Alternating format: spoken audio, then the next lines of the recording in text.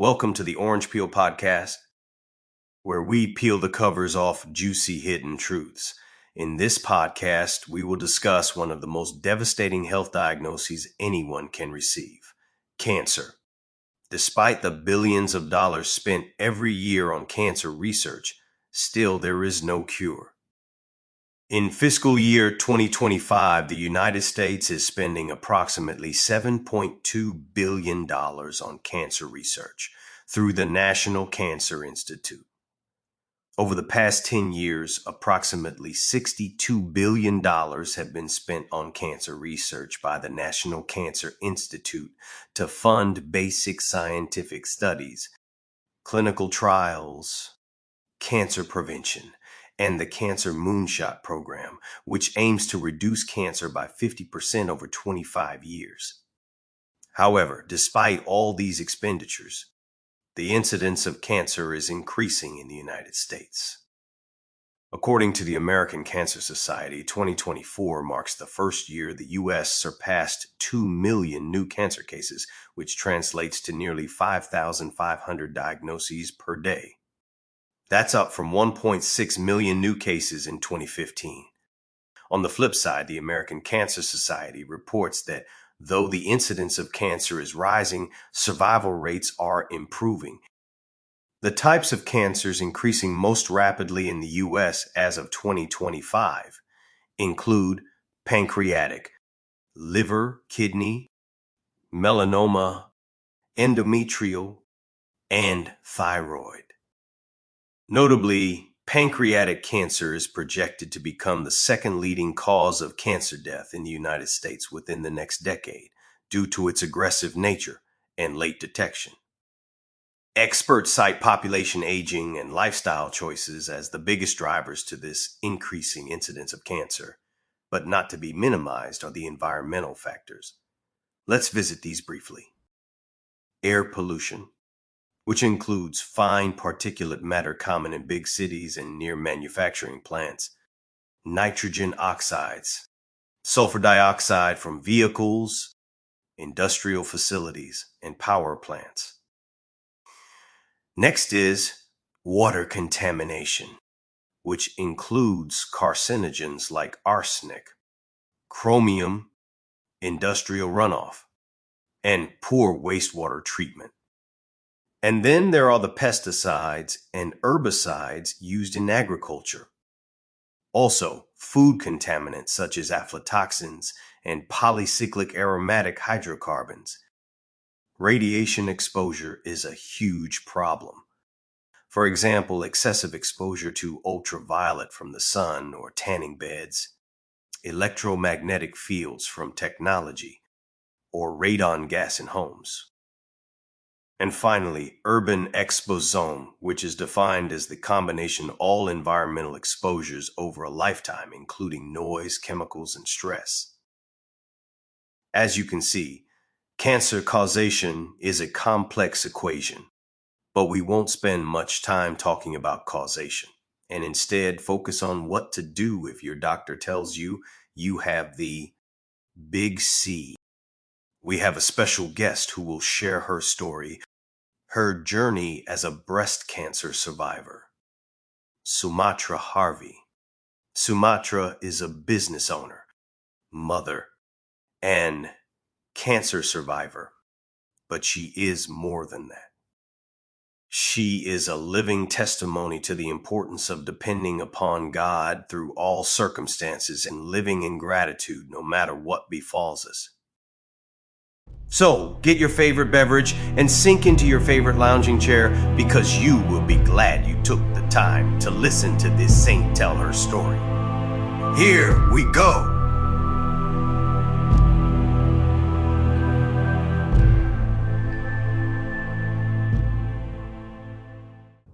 Welcome to the Orange Peel Podcast, where we peel back the covers on juicy hidden truths.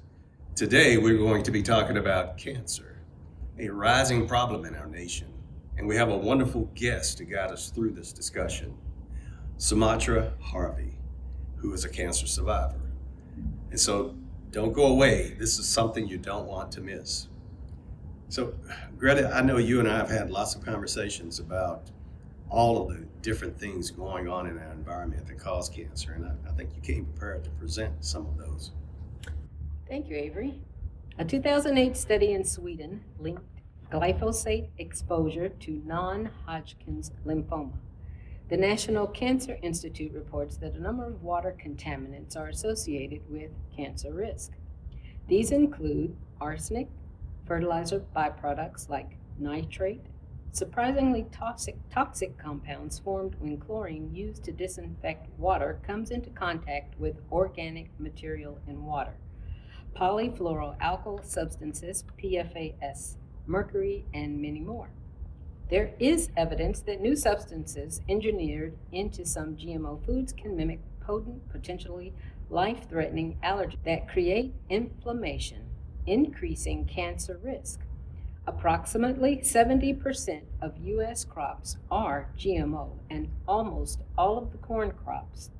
But there are around 38 countries that either prohibit the growth of GMO foods or the import of GMO foods. The American Association of Cancer Research completed a study that suggests air pollution is also associated with increased risk of mortality for several types of cancer, including lung, breast, liver, and pancreatic cancer. And then there is the risk associated with contaminants from multiple sources combining to become carcinogenic. The American Cancer Society lists over 160 chemicals that we might encounter in products, foods, cleansers, and other sources that have cancer-causing potential. Wow. That's really disturbing that our environment is so polluted that cancer is going to be really hard to get under control. With all the research that's been done on cancer and the billions spent, cancer is getting worse instead of better. That really is a fact that we should pay attention to. Absolutely. And I think that we need to make it clear that we're not here to talk about preventing cancer, but what we want to do is talk about first the high risk of getting it. And therefore, if you end up with such a diagnosis, what might the experience be like? And that's where Sumatra comes in. And she will begin to tell her story. Here at Pearland West, we have a theme we live by, and it says, let the redeemed tell their story. Because there's power in stories, there's power in personal experiences, and there's power in sharing. And so Sumatra has agreed to do that with us today and for all of our listeners. And so we're excited, Sumatra, to hear your story. So with that, we'll turn it over to you and let you just start wherever you choose to tell us about your journey with cancer. Okay. Well, my journey started actually in 2007, caring for my aunt, kind of reluctantly, but nevertheless being asked to lead her team as she was headed to a breast cancer diagnosis. I accepted that responsibility and I questioned her for asking me, but she came back and told me that she liked how I had handled my mother's cancer journey and her transition, and she wanted me to teach my cousins because my aunt had no children. And so she called on me in 2007, and when she got her diagnosis, unfortunately, she was actually stage 4 breast cancer, and she succumbed in April of 2007. But for me, that was significant because in February of 2008, I had my regular scheduled mammogram, and my test came back with suspicious findings. And that led to about 3 or 4 additional weeks of testing, biopsy, and I was diagnosed with breast cancer. Just that quick. But in my personal life, I had been married for about 20 years. I had a seventh grade son, and my husband had been sick for 8 years. So I, as the primary caregiver, as the hands-on mother, but I also was a business owner and actively supporting my business. I had now had cancer, and I was trying to wrap my head around that.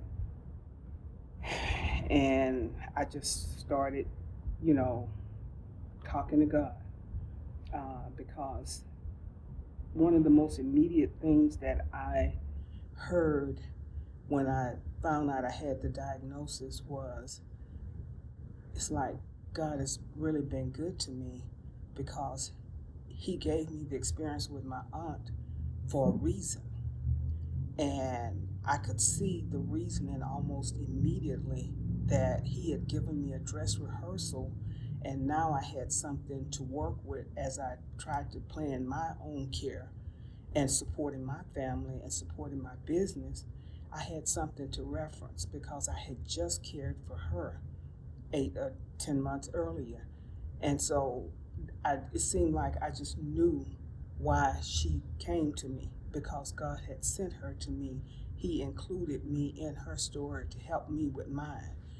And so my doctor started responding to me a little different because of the way I was processing things, but I had to get their attention, because once I thought about it and I put it all in my head, I'm like, I can't tell my husband. He's sick already.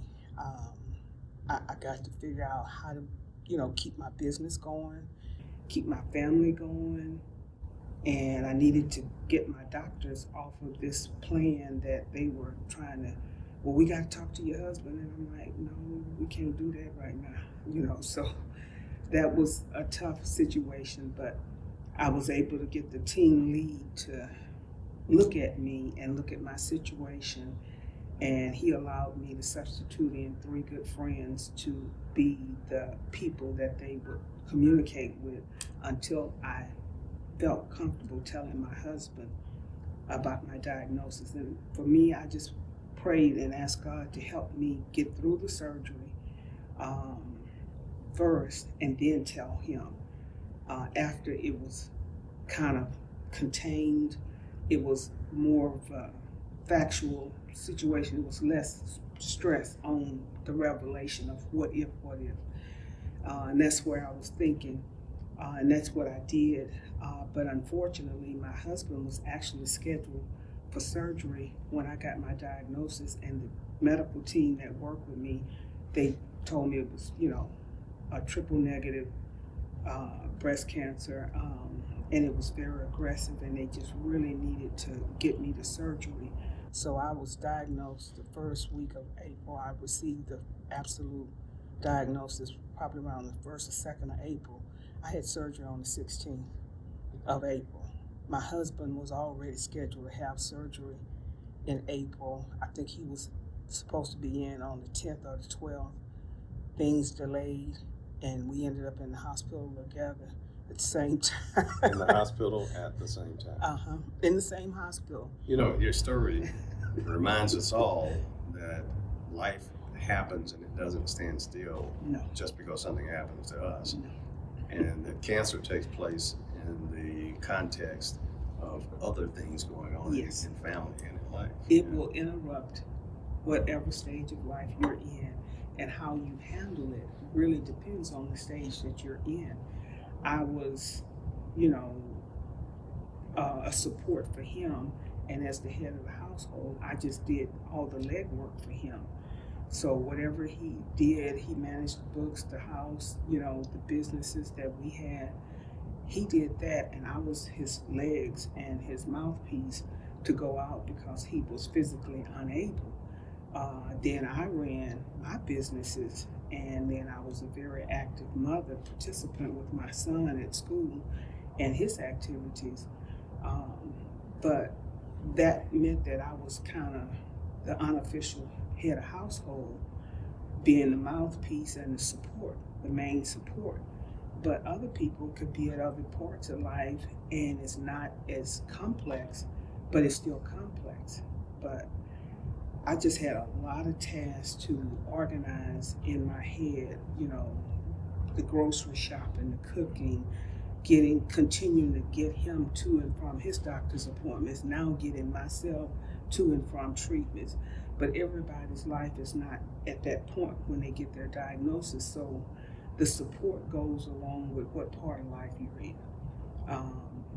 That's how you need to be supported, is wherever you are in life. But it does just stop in life and just, it'll interrupt. But I just thank God for my relationship that I was pursuing with him, for me being able to see almost immediately why I had been called in 07, because I was going to get this assignment.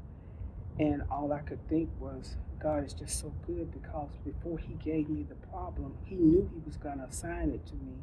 He gave me answers, and he gave me a model, an example. And so I was operating out of gratitude, and I knew that I had the support I needed because I had the relationship with God. And I just forged ahead because I had been through this with my aunt. A lot of my cancer management I was able to just do instinctively, and I negotiated with the doctors on what I kept reminding them. I said, you got to know who I am. You got to see all the stuff I got to do, and we need to work together, because I still need to do all of these things that I need to do, and I need to get better, and I'm hoping I'll get better. So if I can interrupt, Mm-hmm. What's beautiful about what you're saying? You are showing gratitude to God in the midst of having cancer, whereas some folks in that situation would say God had deserted them in allowing them to have cancer. And so I think it's important to focus on that, because God never promised us a rose garden. No. And he never promised he would spare us from pain and sickness and troubles. What he did promise was to help you through. Yes. And that's what you're highlighting. So I just wanted to point that out. He did, and he's just been, in my summarization, to not give a detailed story to a lot of people, I just tell them the best thing God has ever done to me was to actually give me cancer.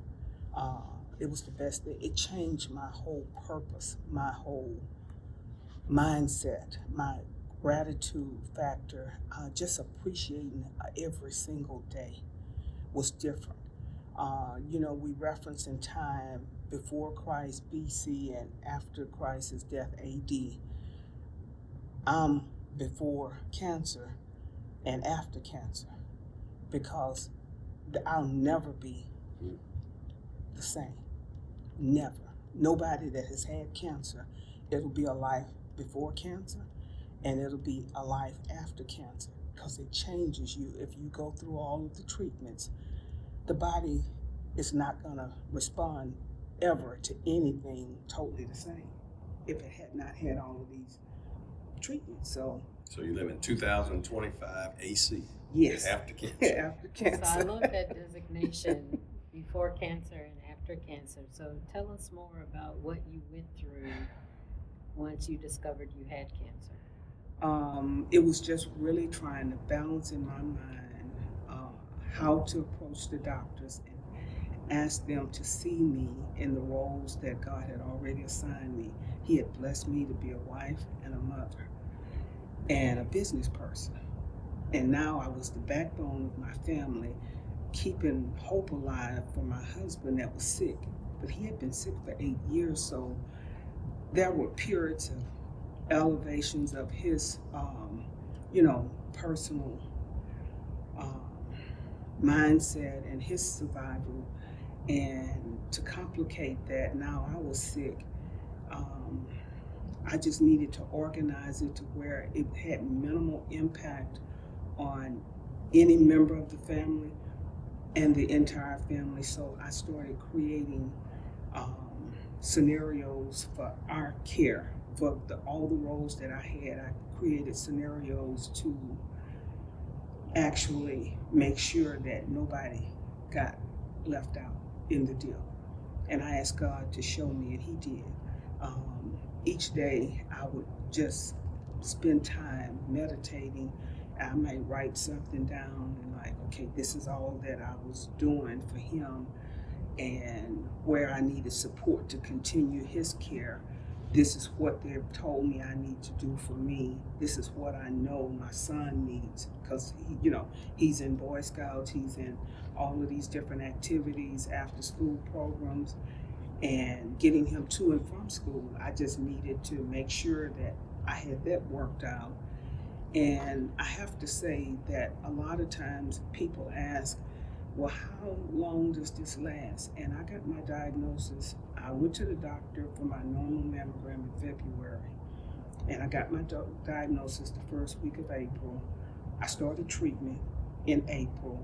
I had a hiccup, and so I ended up with an infection that had to halt almost all the treatments and then reroute or reschedule how they would apply the treatment because the hiccup was an infection that meant that my immune system wasn't strong enough to take on chemo, so they had to change the protocols. And the long story short is I had 6 weeks of radiation. I had 2 extra surgeries that we had not planned for because of the infection.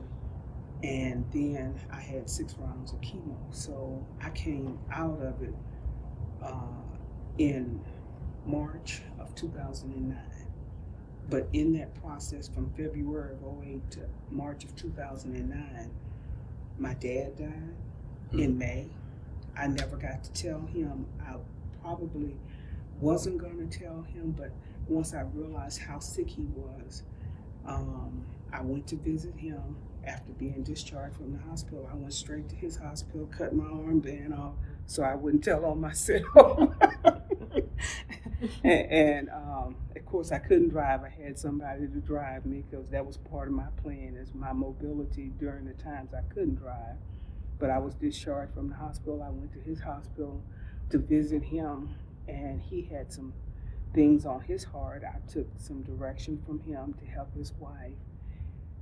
I didn't understand that he was that close, but before I could get back to him, I had planned to see him that weekend, and he died on Friday.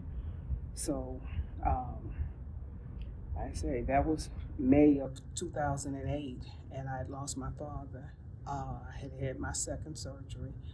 We had the plans for the third surgery, and the team was working on rescheduling the chemo versus my current condition and moving up possibly the radiation, and that's what they ended up doing. But I went through this for about a year, so I knew that there was a time frame on the intense planning, and I knew that there would be, if I made it, a lightening up period. So I knew it wasn't going to be forever. I wasn't overwhelmed by it because I knew it was just for a period. It was a treatment period. And then after that, I needed to have some plans to go forward. And that's what me and the doctors worked on, depending on how this recovery was going, as to how I would sustain myself. And I personally worked on, with God, my vision of what it would be like if He spared my life. And I was able to be blessed to be here, not knowing at the time of my diagnosis that I was going to lose my husband, but I just knew that my son had 2 sick parents, and I was just begging him to let us, one of us at least, live. Hopefully both of us. And that's what I asked the doctors. I said, I need y'all to help me because I'm planning on being here. If God's willing, I'm going to be here to raise my son. And as it turned out, I'm the one that was here, so I just had to express gratitude for that. He got one parent I could deal with, but he had 2 sick parents, so it just was a lot. But I knew it was going to end. The intensity was going to be for a period, and that was the treatment period, and then that was going to be a part. And a lot of people are so overwhelmed with the diagnosis that they don't even look at the period. They don't get a chance to just sit back, or it's not repeated enough to them. This is a period, you know. It's intense for a while, but it'll lighten up, and then you'll get to another stage. And that was my hope, is just to get to that other stage and be on this side of life, at that other stage. I'm like, okay, I'm just trying to get to March. I didn't know I was going to lose my husband in the process, but I was trying to get to March because that was when my chemo was going in. And when did you lose your husband? In January, of 2009. So he passed on a Tuesday, and I had to push my chemo back, because then I went ahead and canceled the request to push it back, because I usually had chemo on Wednesdays every week, but I did request a private room because I started making his arrangements while I was in chemo, but I couldn't sit in a bullpen with four, what are they called, lounge chairs facing each other, and everybody in there is fighting for their life. And I'm up here making funeral arrangements. I'm like, I need a private room. Okay. So I need to make some phone calls while I'm sitting there for 4 hours. I need to be doing some things. I got some stuff to get done. But yeah, I lost him in January. And so yours is a tough story. I'm gonna tell you, because it's more than a cancer story. Yes. It's a story of adversity. Yes. Because yes, your intense period of treatment, you saw the end. Mm-hmm. But there was a lot of other things. Mm-hmm. There were a lot of other things going on Yes. too that didn't have a finite end to them. No. But Like there how was to become a single mother. look. That's a good one right there. Yeah, I didn't. All I knew is I was trying to operate within that period. I had just come out of operating within a period of time with my aunt, and so I could understand that. The other things were, to me, and because of my relationship with God and my conversation, the person that I poured out to the most was God. During all of this, I kind of decided, I was a Sunday school teacher at the time, and I didn't tell my Sunday school director, none of my co-teachers or anything. I just kept teaching and kept learning. But some of the lessons that God brought into the class were for me. And so those strengthened me and helped me. But I decided to nickname myself Jobette, because when I think about the story of Job and how it unfolds, I'm like, that's me. I'm watching my life, and God done told them, just attack her as much as they can, but don't kill her, So all of these things unfolding were like reading the story of Job almost. I didn't have everything. I didn't lose a child. I thank God for that, but I had so many things coming at me. And I just said, you got to stay faithful. You got to endure. And after this podcast, nobody's going to call you Sumatra. You're going to be Jobette. Look, I had nicknamed myself because, that's where I was. I was just digging into the scriptures, and I'm like, that of all the stories, that seems like who I am. And, I tell people, I told a friend of mine that she's part of my support team. We've been friends since elementary, but I say, I love the movie It's a Wonderful Life. I say, I feel like Jimmy Stewart sitting over watching my life play out in front of me, and I know the end is going to be God's going to make me a winner. He's going to give me those wings or something, So I don't know. I'm just all over the place. So I have to say this. For all of you younger people out there, I know you don't know what that movie is, and you don't know who Jimmy Stewart is, but it's worth watching, so you need to go watch that movie. Yes, because that was the things that I delved into is the scriptures, and I'm not a big TV person, but I like the animated Bible stories because they give me a perspective. They heal me, they speak to me. at different times in different ways. So I just, I don't know. It was a lot. God So, tested me. how did God speak to you through all of this? You said you had a lot of conversations with God. Well, we know He heard you, but what did you hear from Him? And To how? keep going. Mm. It's gonna be okay. And I'm like, I had visions of all. I started the breast cancer support group. I got diagnosed in April officially. Um, in September, I started the breast cancer support group. I talked to the doctors. I told them that this was happening in my life for a reason. And God was telling me that I need to do something with this. He's not putting this in my path for no reason. That I needed to help other people that would not have the answers that He had blessed me with before their diagnosis. And so my doctor, the lead doctor, he said, I've got a couple other patients talking like that. I'm gonna get you all together. And so my answer, what he told me was to share my story in that way, my experiences, to help other people that were having the same problem fighting, and they had gotten their diagnosis already. They were under the care of the same doctor. And so he actually was so supportive that he allowed us to meet, because I started thinking about, well, where are we going to meet? What are we going to talk about? And all of this. And I said, I'm just going to tell him, tell everything I know.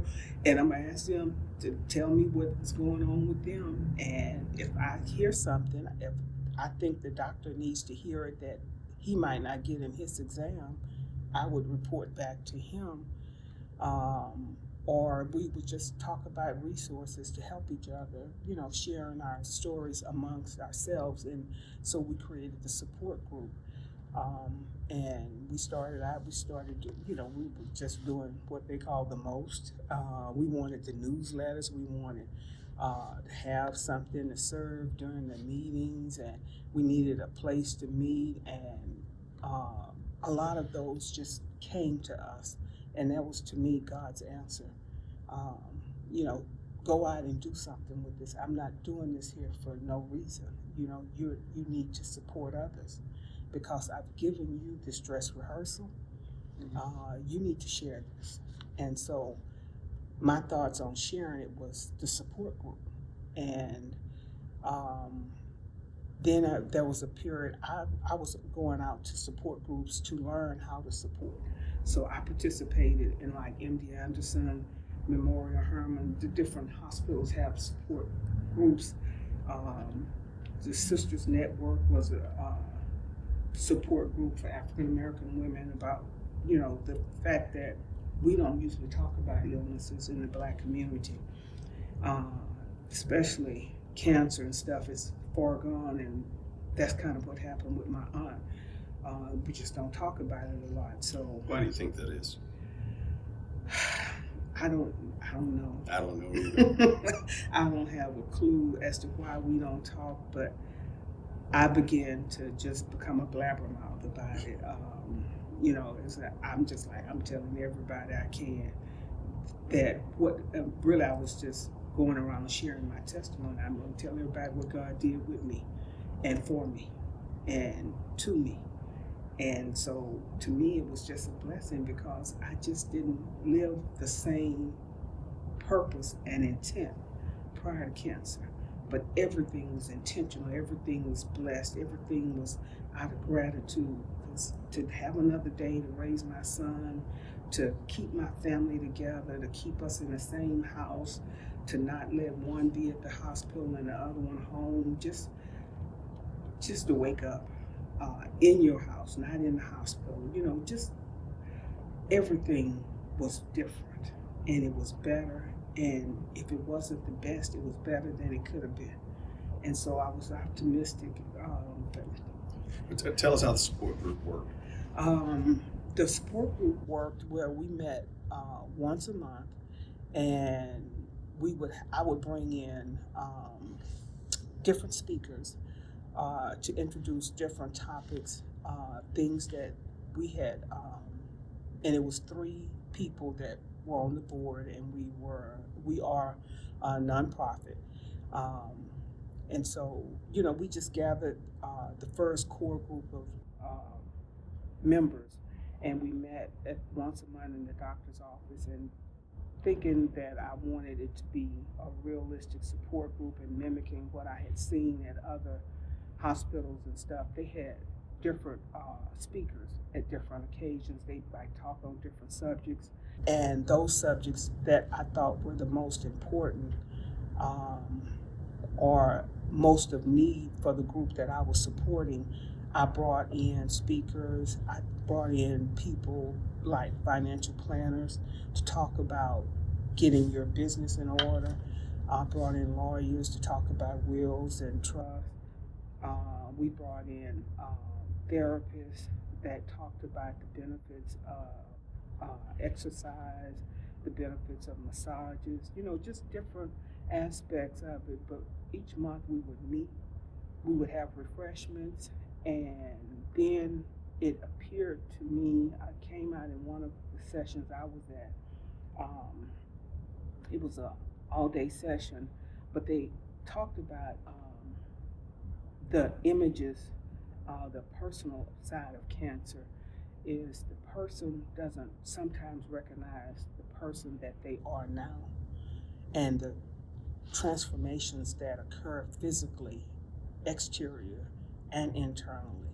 Um, but one of the points that they highlighted was the exterior changes that are experienced that speak before you to others, but also speak to you as the person. And that caught my attention because one of the hardest things for me was to lose the final shreds of hair that I had hanging on after all the treatment. And I just decided, I probably got a fistful of hair hanging on, but I wanted to hang on to that. And then I finally got to the point that I said, it's time to shave my head. What little I have, I need to go on and loose this and start, and just ask God to give me a whole new set. Okay, when treatment is over, I'm asking Him for a new crown. So, that stuck with me. And the ladies that I was supporting at the time, they were having most identifiable problem with just the basics, what kind of clothes to wear, what would be easy for them to put on and take off. They didn't have good range of motion. They didn't have anybody, they had not worn wigs or anything, or had to do all of this to kind of make themselves presentable. And now they were challenged with their appearance. And so there was a group that started donating wigs, and then there were some businesses that if they knew that you were a cancer survivor, they would offer to help cut your wig and style it. And I shared, different things and places that I encountered. But I thought that the ladies just needed some time to be together away from just meeting. And I started doing a retreat. I had a timeshare in Galveston at the time, and I could get a week a year, but I took a weekend and I took the meeting and put it on the road and made it a retreat where we could just kind of like have sleepover for a couple of nights. I would cook or have someone to do the cooking. They just needed to show up, and we would play games, we would talk, we would just laugh and just enjoy the breeze and just relax in the company of other people that had similar situations, problems, life experiences, and just to take a couple of days and just enjoy each other. But on Saturdays, I always had a speaker come in. It may be a doctor, it may be, again, a lawyer or something to support them, new techniques, new ideas. But I had my stylist, I asked her, would she come and do a makeover And I didn't know she did custom wigs for 4 years after I was doing it. But so she came down every year, and she did makeovers for at least 2 ladies, and that's what I, negotiated was I need her to do at least 2 makeovers, just help them with their makeup and normal daily styling or wig or whatever, if they had current hair, just, options for how they can look good and feel better. And so we did that, but we were challenged one year, I think our 4th or 5th year, young lady was just really having problems. She had already shaved her head and her wig wouldn't stay on. And she was having problems with her makeup, and she was just really discouraged with when she looked in the mirror at herself. And I selected her for the makeover. I invited her to the group, to the retreat, and she came out with a beautiful custom wig, and we were all in shock, but it was just a really great moment. And so she immediately just responded. Unfortunately, she succumbed about 6 months later, but she told her son, she said, if I got to leave here, I want to look like this. So we all went to the funeral, and he did the best he could, but he had her with that wig on that was custom made, and he had her lashes put on her, and because she had told him, and I took her support book, but it was just good to give her that experience, because that's what she was looking for, is just day to day, just to go out and not be recognized and not be so out of tune that she got people to look at her. She draw a not good set of attention. Yeah. And I said, that's a challenge. We don't know it. We take it for granted if you haven't been there. But, cancer will present you with a blank slate. I mean, nothing. No eyebrows, no eyelashes, no hair. No, you just a blank slate, and you have to, then you value the tuning that God had put into your DNA. The facial features, the hair strategically placed.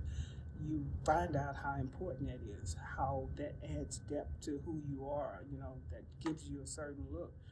And it's phenomenal what you learn. This ends the first of 4 segments of the Big C.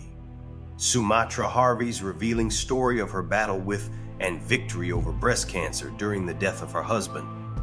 She is just getting started unpeeling juicy truths, so be sure to watch for segment 2.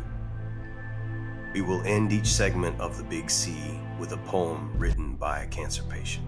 The poem selected for this segment captures Sumatra's truths when she explained that even a cancer diagnosis is consistent with God's promises and His goodness. What God Hath Promised. Written by Annie Johnson Flint. God hath not promised skies always blue, flower-strewn pathways all our lives through. God hath not promised sun without rain, joy without sorrow, peace without pain. God hath not promised we shall not know toil and temptation, trouble and woe. He hath not told us we shall not bear many a burden, many a care. God hath not promised smooth roads and wide, swift, easy travel, needing no guide. Never a mountain rocky and steep, never a river turbid and deep. But God hath promised strength for the day, rest for the labor, light for the way, grace for the trials, help from above, unfailing sympathy, undying love.